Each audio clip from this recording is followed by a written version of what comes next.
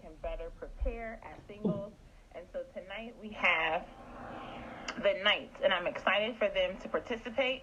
I'm going to go ahead and try to add them in.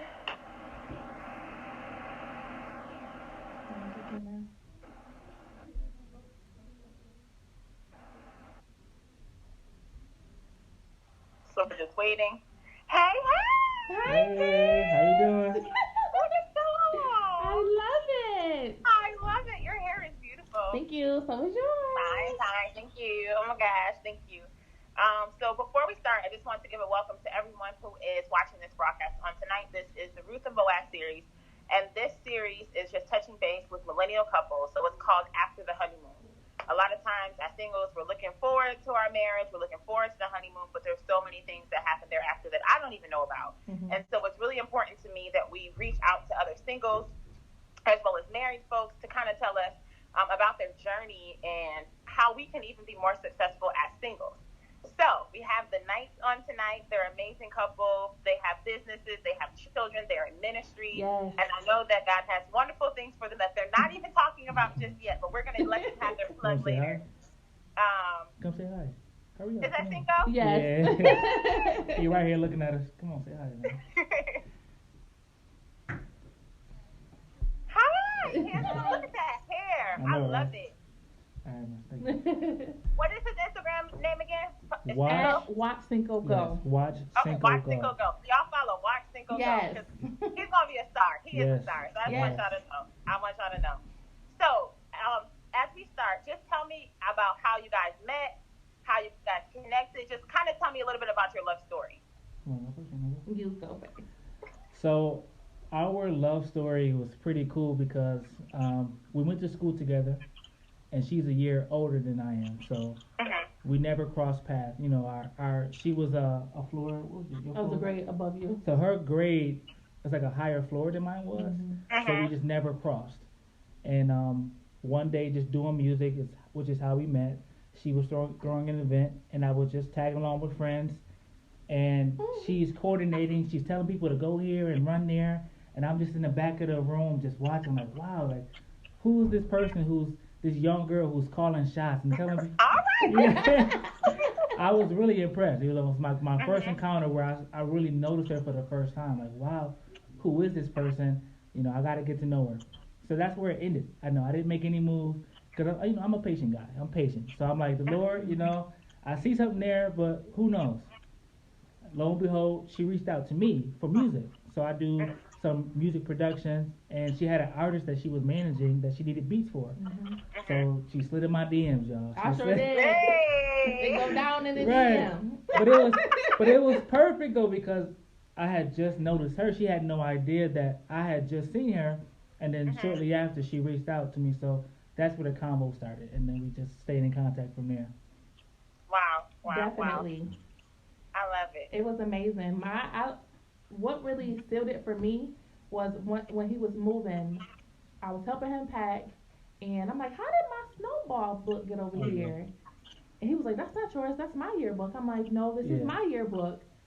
He in the yearbook, and I'm like, how did we never even cross paths? This is the moment we found out we went to school at the same time. Yes. I'm like, wait, what? Yeah. So yes, that was one of the bright moments for me. It's amazing how you can meet somebody and cross paths and not know that is supposed to be the person that you're going to be with. That's amazing. Yes. Now, that's a good Y'all topic. weren't even thinking of. That's amazing. It's an amazing topic because what I like to say is that I wasn't at a place yet to notice her. You know, the way she was operating, the way she was about her business, the Lord's business, I just wasn't there. You know, spiritually, mentally, I wasn't there. So I feel as though once I got to that maturity level, I was able to notice her. And, we could really dive into that all day for sure. Because it's like where did this person come from? But she was always around me all along. Always around. Wow. So, Alan, if I can ask, how do you know as a husband, now you're a husband, how do you see that person is a wife? Like, what do you see in a single woman to know that she's it? Man, it's really a feeling, and it really does help to have a relationship with God because you're already familiar with his voice and how he operates with you. So it's almost like he was speaking to me. A feeling came over me almost like I don't want to get too deep. It was almost like the Holy Spirit. Oh. Seriously. So I guess I believe it. Yeah. I feel like a man who is, like I said, at that level, when you are ready and you're actively looking, um, you're gonna notice there's gonna be something that your body does, or it's gonna be a way the Lord speaks to you in that moment. That if you're, spiritually mature enough, you can hear it, you can recognize it. Some people have a low spiritual level maybe at the time, and that voice of God is quiet. He's speaking and saying, that's her, and you thinking about so and so over there. But at that point in my life, I was actively like, my eyes and ears were open for sure. Got you. So that leads into our next question. Someone had asked us on Instagram, how important is it to be equally yoked with a person? And are there still challenges when you still find a believer?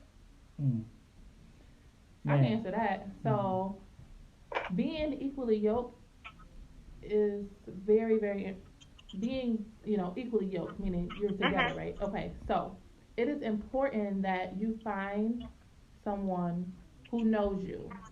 You don't want to be on a rocky playing field. In our situation, we both did music, we both did church. Now, if he was out here at the club or at the skating rink every week, that wouldn't work because we're not equally yoked.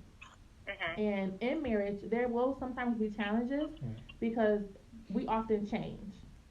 So sometimes, I really may be trying to read my word, and sometimes he trying to be at every event. Right. So there are some changes in a marriage, but it's super important to be on the same page as your partner. Yeah, I agree. I believe it's very important for sustainability to be able to have longevity. You need those commonalities in reserve. Like once you have a rough week, like me and her, we're very alike. So chances are, if I'm having a rough day, she had a rough day too. Not saying that's a plus. I'm just saying sometimes in marriage, you guys both hit rock bottom. You both have a hard time, and if you're not equally yoked to where you can lean on those beliefs and those support systems that you have in common, it's going to be very hard to relate and support each other. So it's very, very pivotal. It sounds like you guys, how long were you guys dating again? It was a few years, right? Yeah, We were dating for like, yeah, 4 years. 4 years. 4 years. Yeah. So my question is, it sounds like you guys have a pretty strong foundation as friends. Oh, And it absolutely. also sounds like y'all knew each other really well before you decided to say I do. Yes. That's what it sounds like. That's what I'm getting. So how important is it to have a friendship at the foundation to then be successful in marriage? Man, that's a huge point. I mean, do I think it's a make or break situation? No. I do believe that there's some marriages that exist and that survive that doesn't always start up as having a long dating period or a long friendship. In our case, it just was better. It's just so much better because when you're married, you play so many different roles, and you have to be able to play friend. There's times like, that's good. Let me give you an example. So we went to the Millennium Tour, right? Oh. So now, like you said, we music lovers. We love music. Okay, so we went to this concert, and my wife was going bananas. And people were so baffled how I received it. Like you would think, people would say, oh, you would think you'd be jealous, or you don't mind her reacting that way. I love you, Chris Brown.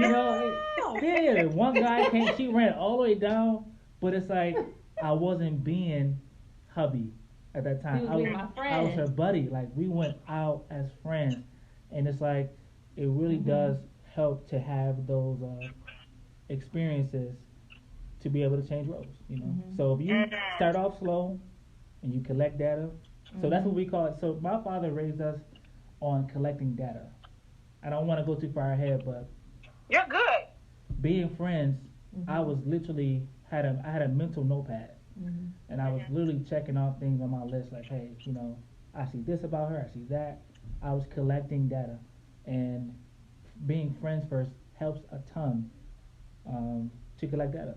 That's not being altered by feelings or emotion, you can just generally see how somebody is on a random Right. Tuesday. You Right. know what I'm saying? So Mhm. her reaching out to me on business, us actually becoming acquainted and becoming friends, really helped to this day to have those things to fall back on. I agree That's good. 100%. And I have one sister, and I had a whole bunch of friends. Mhm. So having a friendship with somebody that I'm like, oh, yo, I like him. Like, we're gonna be Mhm. best friends now. Yeah. Like, let's go to the movies. Let's go to the mall. Let's go walk at Canal Side.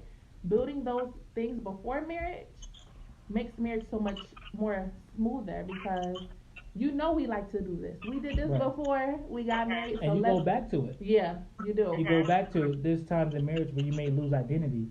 You go through so Mhm. many struggles and you're like, man, let's go back to where we started. If you didn't take time in the beginning, Mhm. you really have nothing to go back and resort to. So, Mhm. we go back to those concerts.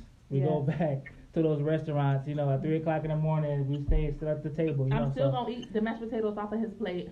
oh yeah, that's an insider. But I'm gonna let you ask your question, but we'll talk about that. Okay. So you mentioned losing identity and making sure that whatever you started off with that you go back to.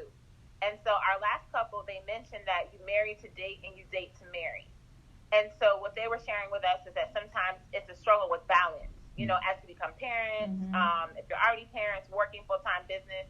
So my question is, how do you balance marriage with everything else, being a mother, being a friend to other people? How do Mhm. you manage that? Yeah. So I manage it by having a consistent day of the week where this is date night. No matter what is going on, I know this day we're gonna do something together. Boundaries. Boundaries. Nothing can come and mess up my date night with my husband because I have to have some type of balance with being a wife, with working, with being a part time entrepreneur. He's also on that list. Mhm.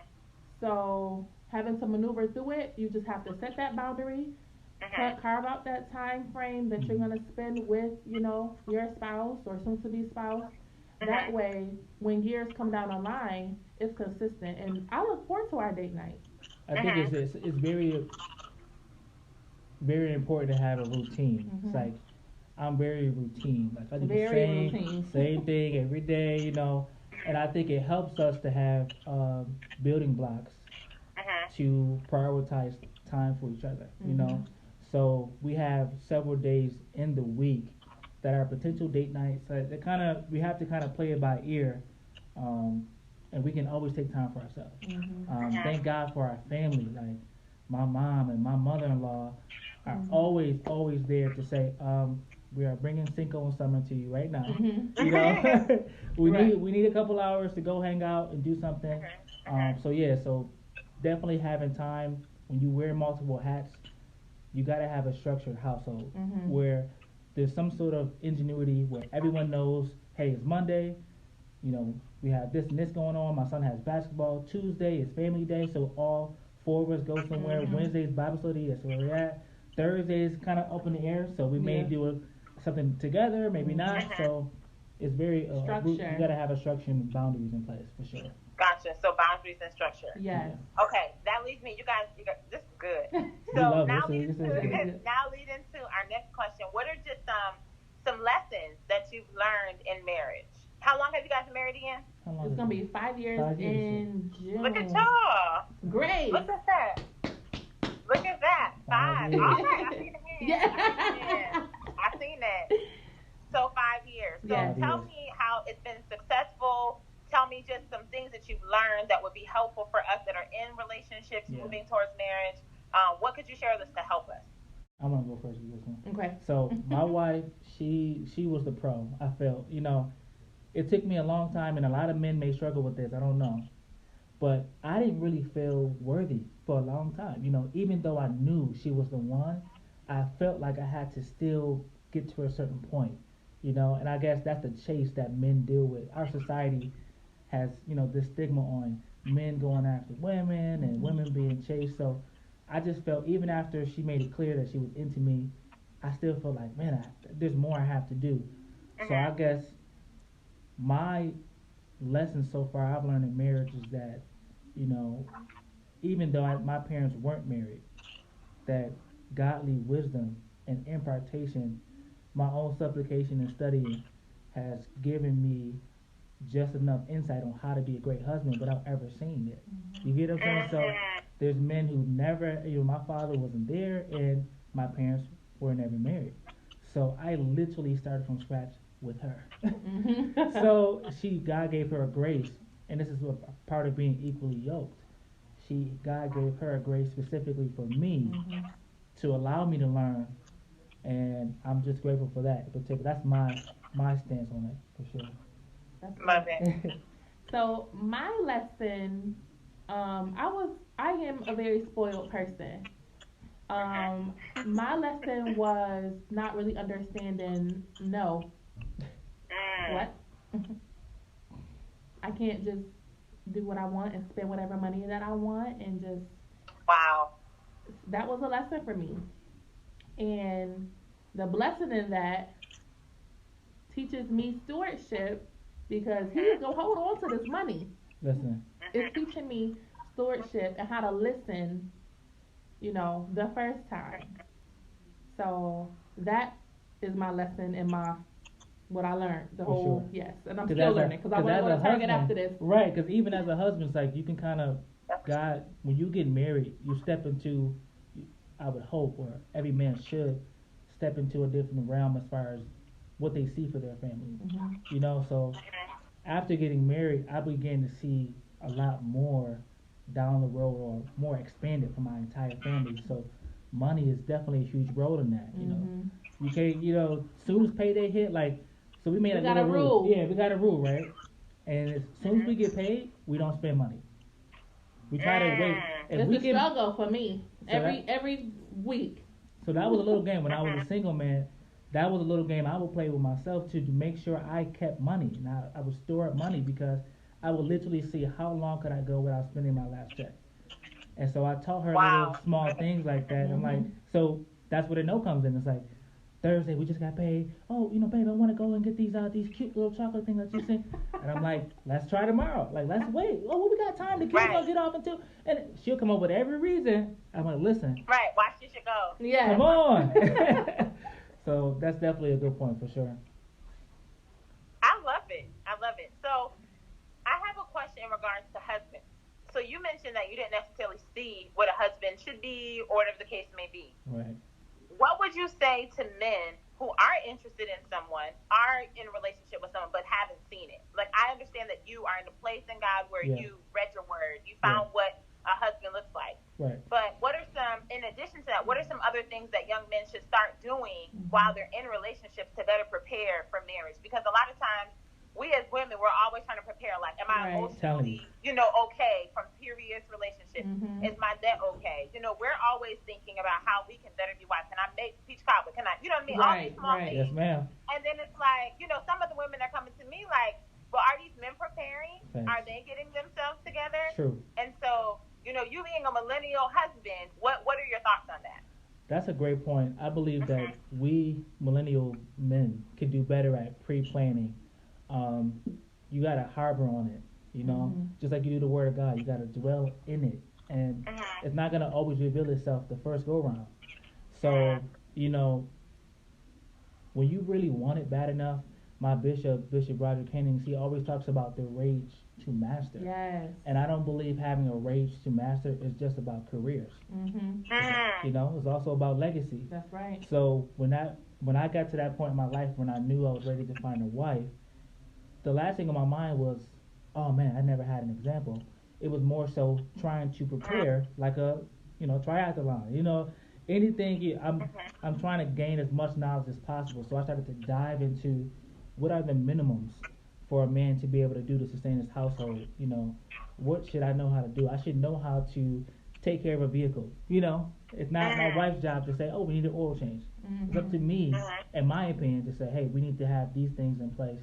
So I feel my answer is millennial men, if you feel as though God at some point is going to call you to be a husband, have that drive to master.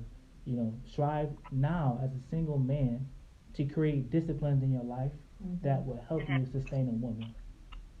Love it. Love it. Love it. Love it. Uh-oh. Is that us? Breaking up? Um, I Yep. think we're. Oh, okay. I was frozen. I wanted to make sure you guys heard me. Yep. Yeah. Okay. So for the women, as you know, when you go into church, the majority of people you see are women. Mhm. You don't see that many men, Right. right?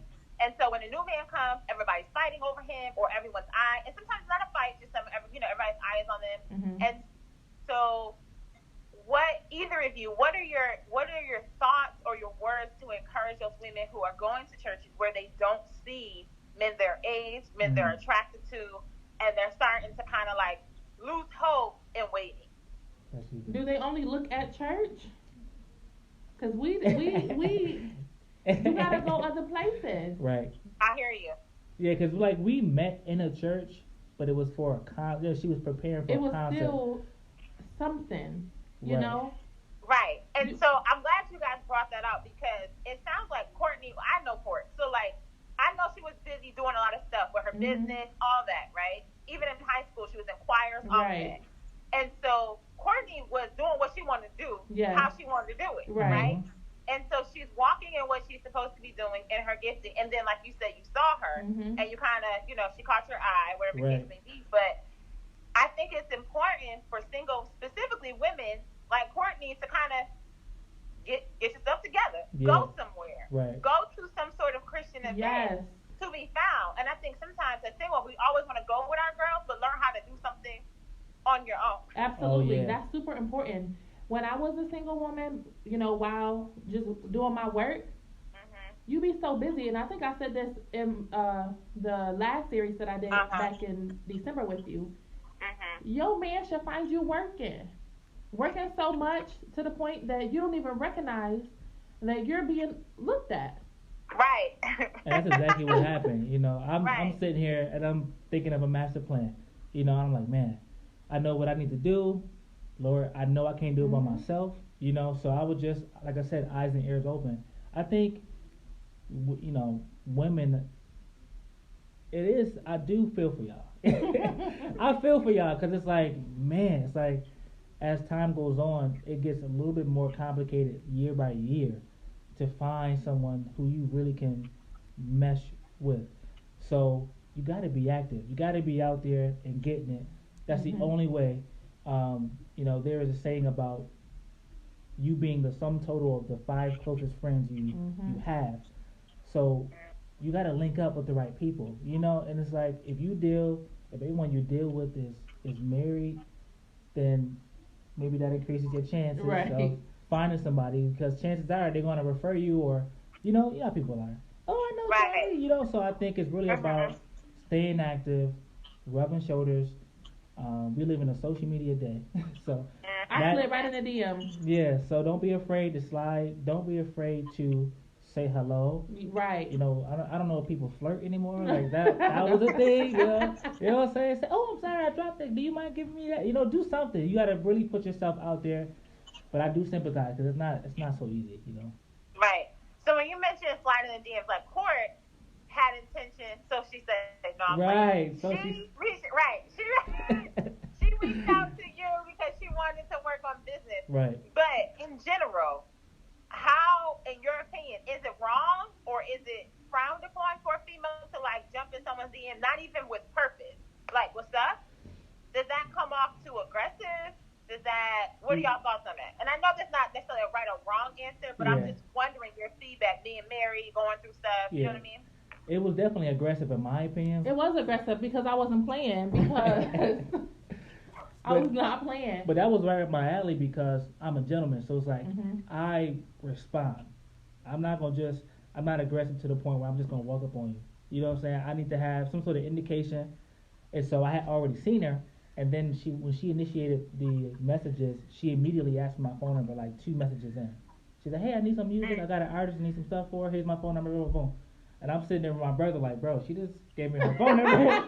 And he was like, text her, dude. Like, so she did. I have to commend her because she moved the right way. And then, like I said, we didn't really have to try hard. The real test came after the initial contact, pretty much sanctifying what we had. So like after we did exchange numbers, we kept it low key. We had code names. She had an emoji for her name in my phone, and I had emoji in her name in her phone of Mhm. me, and people didn't know we were getting to know each other. So I would Because say, we were collecting data and we did that Right. in secret. in secret. Right. So, y'all, I love y'all. Okay. So Here now, go the hand. yes, Oh, he gone. He gone. yes, he finished now. Okay. Yes. So, okay. So that dating privately, but not be a secret. Listen, He should still post you every once in a while. What are go y'all thoughts? go Not for it. married, we just going through. We're Mhm. collecting data. Mhm. Did we even post each other? When we No, dated? we did not. We did not post each other until we actually started dating. Wait, like, listen. Until I asked her to be my girlfriend. that was when we Go made ahead, man. a post. What's that face? Go ahead. He want to play basketball. Oh, you're fine. All right, so we, so when we initially exchanged numbers, we got the business thing situated, but I was determined to stay in contact. That's when it becomes the man's role. So I feel like she made it clear she was interested. She put it out there for me to do something, which is why I sympathize, because who has time to do that all the time? Right. Over Right. and over again, you know what I'm saying? Because it's not as many men as there is women, so you can do that a lot and get let down. So I'm praying for y'all. But for real. But at the same time, you can win. You know what I'm saying? So she did it. She was aggressive, and she at least got me the phone number, because my cup of tea is not to just walk up on you like, hey, yo, what's up? You know, that was never my style. I could sustain something, but I wasn't the best at initiating. And I think, let me go back to this point. I think that it is okay for a female to, start off speaking to a man. There's nothing wrong with that. As long as you're confident in who you are and you're not out here, just being obnoxious with it, you still can be a lady. I know, okay, Sure. Dada. What's up, Bob King? How you doing, Bob King? I figured y'all knew them because I'm like, I don't know. Yes, Slide it in the DM. There's nothing wrong with it. It doesn't Yes. make you look like you're desperate. It just, to me, it shows that you know what you want and you're gonna go after it. Yeah. That's it. It doesn't have to be outright you asking them to go out, but if you can open up that can by starting a conversation and start collecting data right from the beginning. Like Right. you're immediately saying, if you say hey and he say yo, Mm-hmm. you might give him a negative on that. You're like, Right. I don't know. Right. Yo, I don't know if I like that. So that's what we did. And dating privately, it really, like I said, it helped us last a lot longer on the dating scene because we were so popular. Oh my gosh, she has so many friends. I have so Right. many friends, and people just can't help but get involved. Mm-hmm. So we kept our relationship sanctified, and then after, I don't know, maybe it was 2 years or a year and a half that we were friends, I officially asked her, I think it was December 2nd. December 2nd, 2012. Yeah, December 2nd, 2012. I asked her to be my girlfriend. I was like, no. Like we was kids, Right. like, but we had a clear understanding, like we're just friends. Right. And we officially started at that point to be exclusive, Mm-hmm. just you and I, and that's where I had some sort of accountability to her and vice versa. And then it kind of grew from there. And it's so funny because my mother-in-law is on here. What She she said say? she wasn't afraid of your I mama. see. I was not. Oh yeah, she met Mama too. I was, and my first encounter with my mother-in-law was me telling on him, and she was like, "Oh, this girl was not scared of me." What So I have a question. If a male introduces you to his mother, is that an indication that it's real? I would say no, in my opinion. Tell me, talk to me. Reason being though is because in my household we grew up with everyone's a friend. Mm-hmm. So I'm teaching my son now, you don't have girlfriends. I don't care if they like you or not. You have friends. Mm-hmm. So when I introduced her to my mom, it was literally as my friend. Mm-hmm. So, if you're doing the God's way, there's nothing wrong with that. I mean, you should be sleeping with your friends. All right? Amen. You shouldn't be doing all that other stuff with your shouldn't. friends. So, Hello, go home at 11. and we might have to do a part 2 for this because the way we did our data collecting, it was open. It wasn't like I was exclusively seeing her or vice versa. We had a scenario where somebody's like, I just went out to the movies with Al. I'm like, oh, I know. He told me. Some girl just told me, somebody tried to put an okie doke. I know. He told me. Oh, we just went to the movies last week. And she was like, okay, like we're just friends. It's not a big deal. Right. You get what I'm saying? So I feel it's very important that you have that freedom because marriage does not give you those freedoms. You don't do that when you're married. So collect data, collect openly. Be okay with talking and sliding into several DMs. Say, go for it. That's right, and that's what Bob King just said. What did he say? He said, "I feel like it's nothing wrong with going after what you want, man or woman. That is why it's so many people missing out on love." Listen, Hop in the DM. whenever I talk to someone who's interested, who's looking, I say, you have to go out there and mingle with as many people. That's right. If you're doing it God's way, if you're not having intercourse with everyone, you're not lip locking with everybody you friends with, then you should be able to collect data with as many people as possible, and you kind of chip away as time goes along. So as I started to get more feelings for her, this is where that story came about with the mashed potatoes.